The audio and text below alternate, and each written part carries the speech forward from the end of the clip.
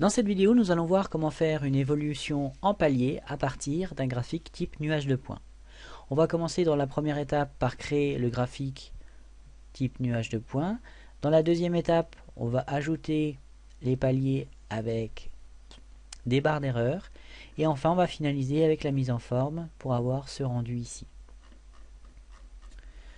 Tout d'abord, on a nos données qui vont de 1 jusqu'à 6 avec les valeurs en X et les valeurs en Y qui vont nous permettre d'avoir ici nos points sur X et Y. Ensuite, ce que l'on va faire, c'est mettre les erreurs en faisant une différence entre les valeurs X pour la X error et les valeurs en Y pour Y error. Donc ici pour X, ce que l'on fait dans la première cellule, on fait la différence de ces deux cellules et en faisant ainsi de suite jusqu'à arriver à la fin de notre plage ici, en faisant le différentiel entre E13 moins E12, comme ceci.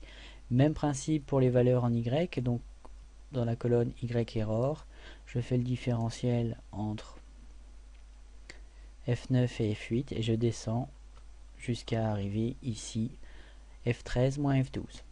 Une fois que j'ai fait ceci, je vais créer mon graphique en étape 1. Pour cela, je vais sélectionner X et Y. Je vais faire dans l'onglet Insertion, insertion d'un graphique type nuage de points, avec marqueur uniquement, comme ceci. Voilà comment créer déjà mon graphique en première étape.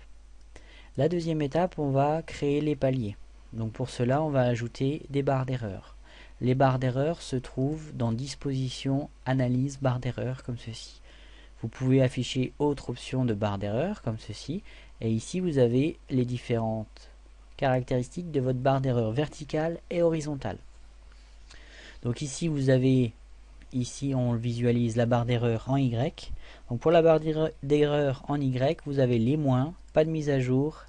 Et au niveau de la personnalisation, vous pouvez spécifier les valeurs en prenant pour la valeur positive X, pour la valeur négative, type valeur d'erreur négative, vous prenez la plage Y error, comme ceci, et vous validez comme ceci.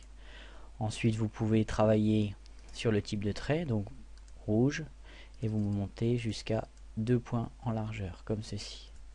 Ensuite, on va travailler avec la barre d'erreur en X, comme ceci, mise en forme de la sélection.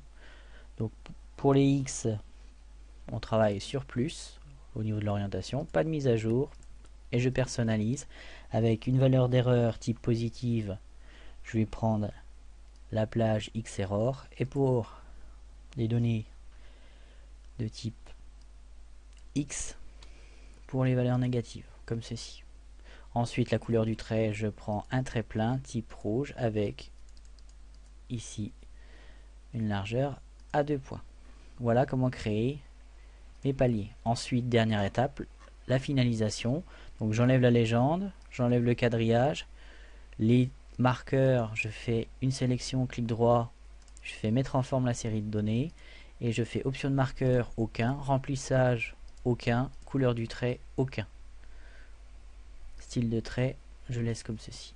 Et voilà comment avoir une évolution en palier à partir d'un graphique type nuage de points. Voilà, je vous remercie pour votre attention et à très bientôt sur le site Ingidéo.